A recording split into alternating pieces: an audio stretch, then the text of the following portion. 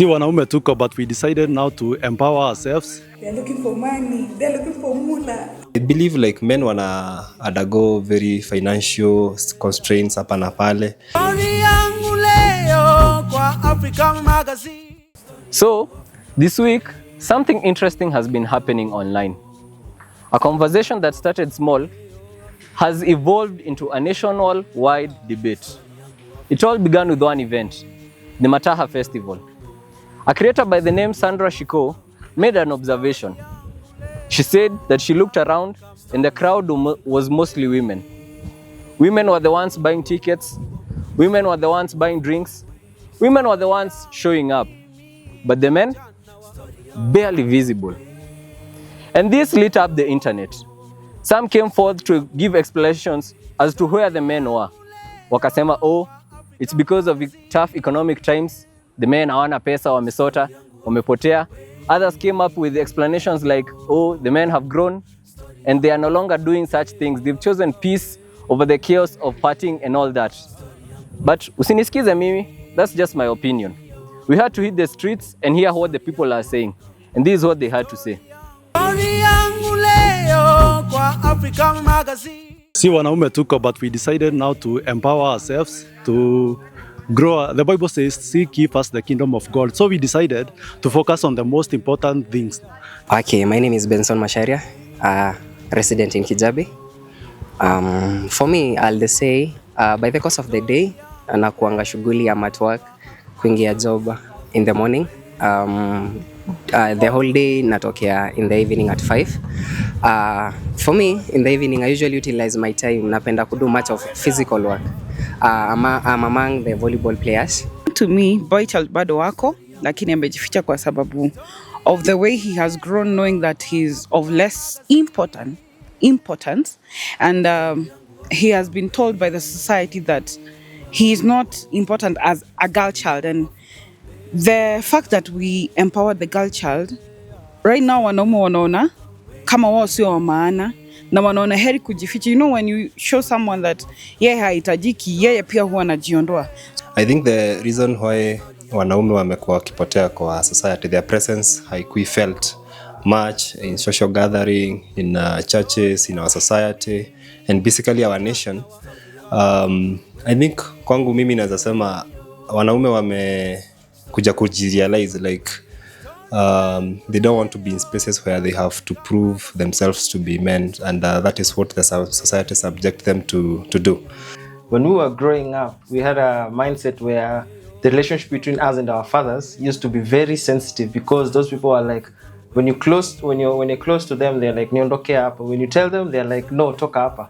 So I think we grew with a mindset that men are supposed to be far away from the social gatherings that we're having each and every day. But right now, people are trying to change that because it's become very tough. Because as a man, you're supposed to be the leader of the community. And in the society that we are living in, we are lacking such leaders. So that's why we are here to upkeep, we are here to bring them back. We are here to say that men, we are not lost, but we are back, and we are back very much. So we are building ourselves, we are still there, but now we are focusing on more important things other than wasting our time in Saturdays, si kuangi job and Sunday. Maybe on Saturday, we usually go tunaendanga pitch at 10 up to maybe saa 9 mchana. And after hapo, then it's time unaenda unapanga kwako, kufua, whatever, doing the cause work ya nyumba. And on Sunday, maybe unaenda morning service. Yeah, morning service church lazima, by the way. I believe like men wana undergo very financial constraints hapa na pale. So unapata out of that, na zile pressures ziko juu yao na majukumu yako juu yao na the empowered women. So kumanage hizo finances, the only way and the only option that is left is for them to withdraw from the society. Girl child have been empowered, and anajua yeye ndio anajiongoza. And because men are leaders, wakiona hawaongozi, they feel like, then kwa nini ni show up?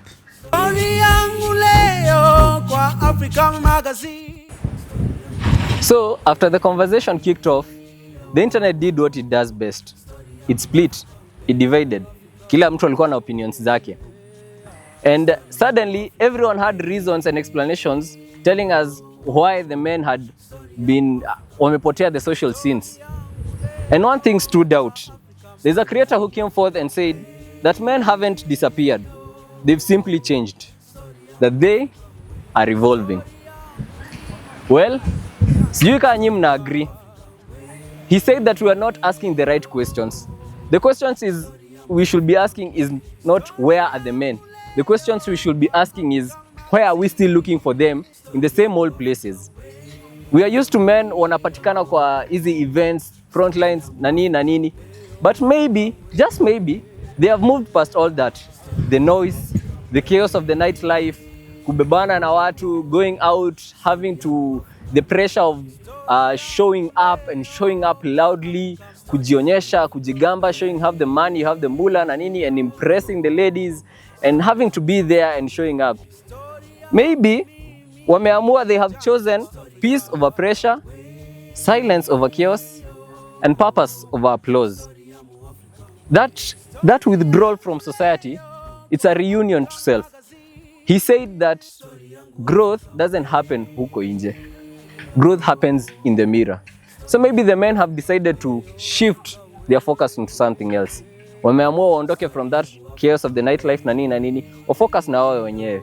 The energy within themselves, wameamua wajijenge. Instead of going out and wasting your time nini, asubuhi unaamka na hangover, mfuko imepata dent and all that, you can invest your time and energy elsewhere. Maybe uchill na maboys tu kejani or your family, watch a football game. Instead of using that money there, unaitumia somewhere else where you invest and maybe itakurudishia.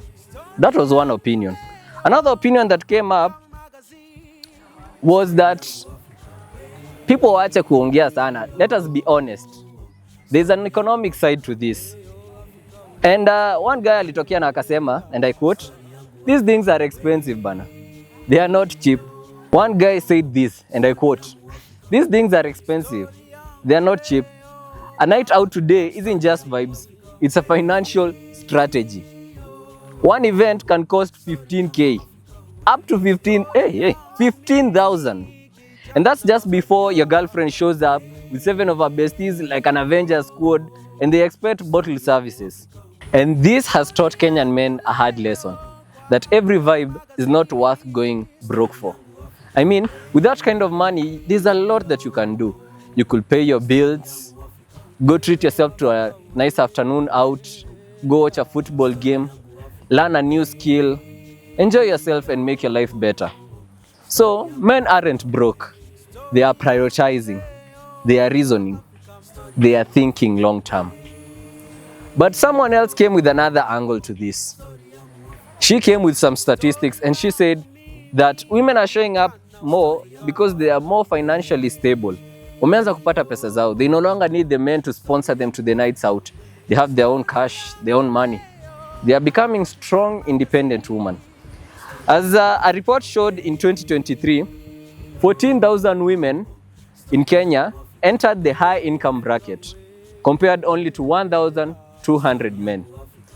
34% of small and medium business owners are women, and 93% of women are planning to start one. I mean, women are becoming more exposed.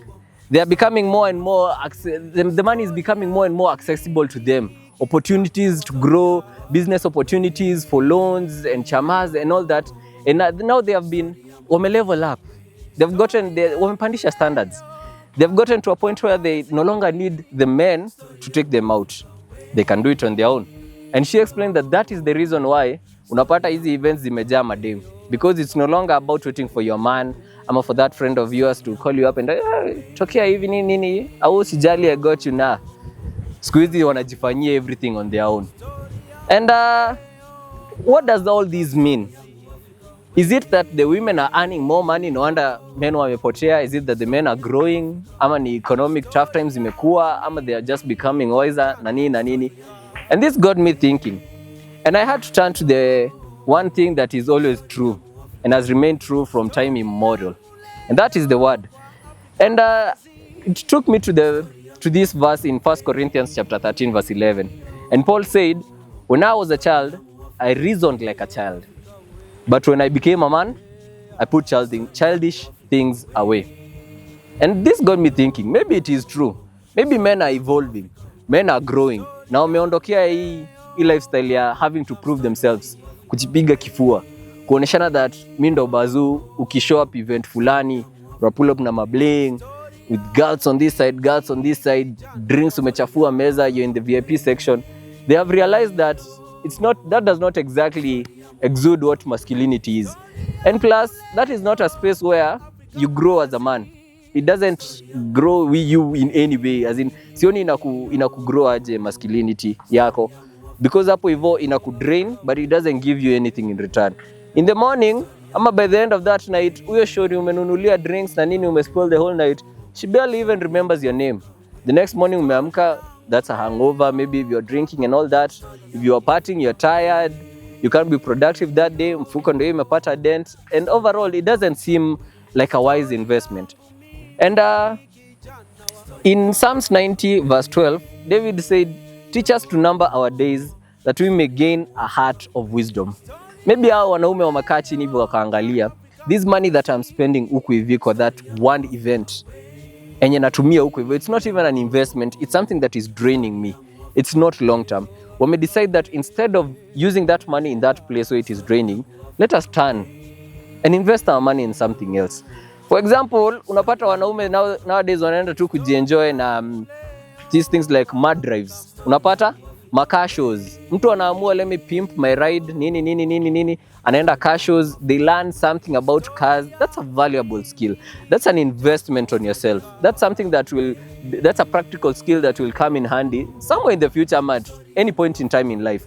But using that money in an event that will last only a night and the following morning, unapata wamewe wakaangalia, it doesn't work. Maybe they are learning to have a heart of wisdom. Because even Yesu mwenyewe aliuliza in Luke 14 verse 28, who builds a tower without first counting the cost? Wamekaa hivi chini wakapiga hesabu wakaona yenyewe, nikipiga hesabu nione hizi do nazitumia hapa hivi. Na manzi, I'm investing on her this night, nimfanyie hivi na hivi, and by come morning, not even morning, by the end of the night, unapata hata akukumbuki, she doesn't even know you, there's no interest there's no afterwards, it doesn't maybe cultivate into a meaningful relationship and all that. It was just chaos, loud, na nini, pige picha fulani, post on your stories on Instagram, post a TikTok, watu wakuambia fiti it maybe wamekaa hivi chini wakaona that cost is not worth it. The reward you get from that sacrifice is not worth it.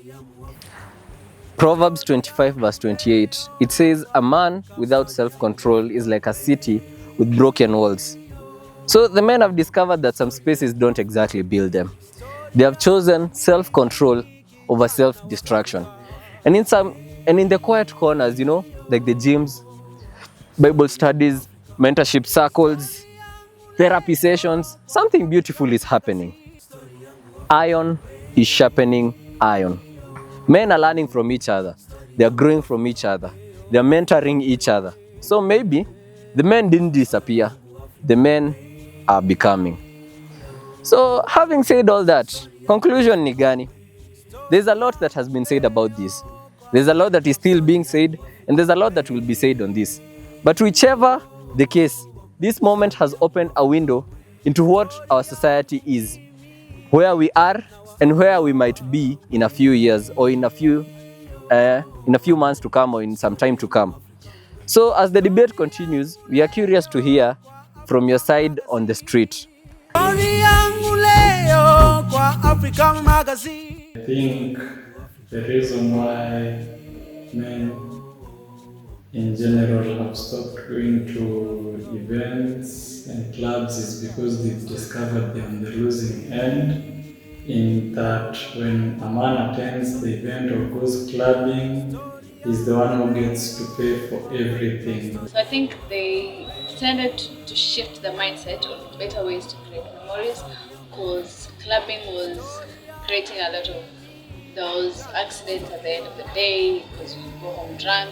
There was wasting of money because when it becomes a habit, it becomes toxic. I've spoken to most of them, and I think that they're struggling financially, and that is why they're looking for money, they're looking for moolah. Do you believe all this to be true? Ama do you see things differently? Until next time, this has been The Beat Kwa Ground with Today in Africa. Kwaheri. African Magazine.